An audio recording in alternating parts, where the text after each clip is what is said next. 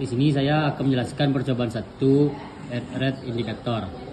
Di sini pada alat bahannya pertama sini STM32 dan di sini ada heartbeat sensor, di sini ada pause button, di sini ada LED warna merah, kuning dan hijau, di sini ada resistor, di sini ada buzzer, dan ini ada breadboard, dan di sini ada ST-Link-nya untuk menyambungkan ke laptop atau programnya.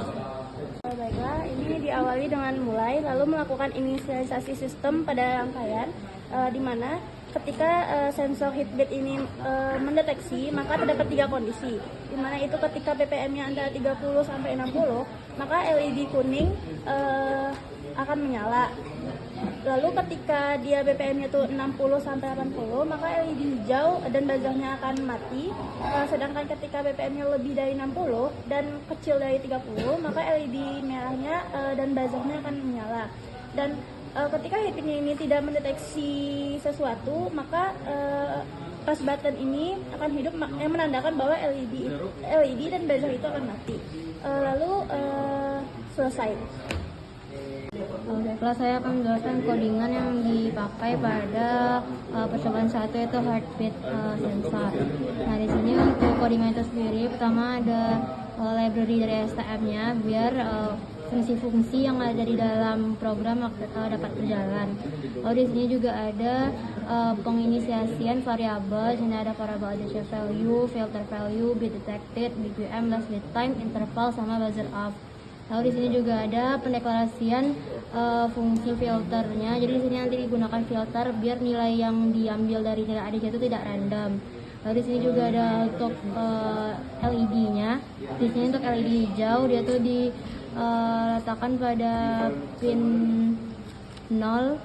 Di sini dia tuh dianggap jadi set. Lalu di sini juga ada LED kuning dan LED merah. Lalu di sini untuk awal program dibuat untuk LCD-nya itu semuanya mati dulu. Nah, selanjutnya itu ada di buzzer. Di buzzernya sendiri diletakkan di pin PB11. Lalu untuk ini adalah main programnya, yang mana itu logika utama dari suatu program. Nah, di sini ada in main atau logika utama, program utama yang dimulai.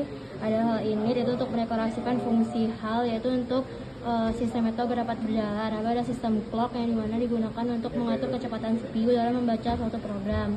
Lalu di sini juga diinisiasikan fungsi GPIO untuk menginisiasikan GPIO yang digunakan pada program.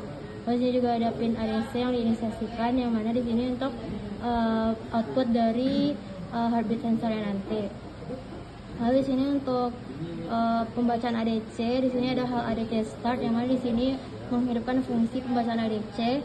Lalu hal ADC call for conversion ini menunggu untuk mendapatkan nilai ADC itu selama 10 detik. Lalu di sini juga ada ADC value, yang mana diambil nilai ADC yang telah didapatkan dari output heartbeat sensor dan disimpan di variabel ADC value. Lalu selanjutnya nilai itu akan difilter dulu di filter value ini agar nilai yang dihasilkan nanti tidak ada yang random. Lalu di sini untuk logika rangkaiannya itu menggunakan bit. Jadi di sini yang digunakan STM32F3C8, yang mana menggunakan bitnya itu 12 bit.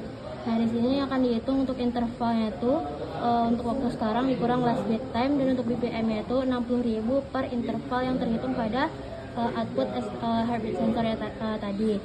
Nah, di sini untuk logika rangkaiannya itu seperti yang dibacakan di flowchart tadi, ketika BPM-nya itu kecil dari 30 sampai 60, maka di sini untuk LED kuningnya akan menyala.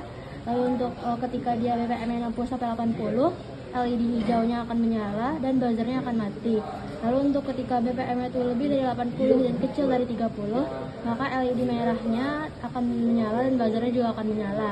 Nah, di sini juga digunakan interrupt yang diimplementasikan dalam bentuk push button, yang mana di sini digunakan untuk mematikan buzzer, tetapi untuk LED-nya itu tetap menyala. Baik, untuk selanjutnya di sini saya akan jelaskan untuk cara kerja dari heart rate indicator. Pertama-tama untuk dari heart rate indicator harus disambungkan dulu ke STM32 agar inisialisasi sistemnya berjalan. Nah, jika sudah berjalan, maka nanti heart rate indicator akan mendeteksi BPM tergantung pada BPM yang deteksinya. Misalnya pada saat ini yang dimana BPM yang dideteksi masih tidak ada atau di bawah dari 30, yang dimana kondisinya adalah LED warna merah dan buzzer juga menyala. Namun kemudian jika nanti heart rate indicator sudah mendeteksi BPM, yang dimana di sini ketika saya memberikan tangan saya untuk dihitung BPM-nya, LED warna merah dan buzzer menyala, yang berarti BPM yang dideteksi lebih dari 80.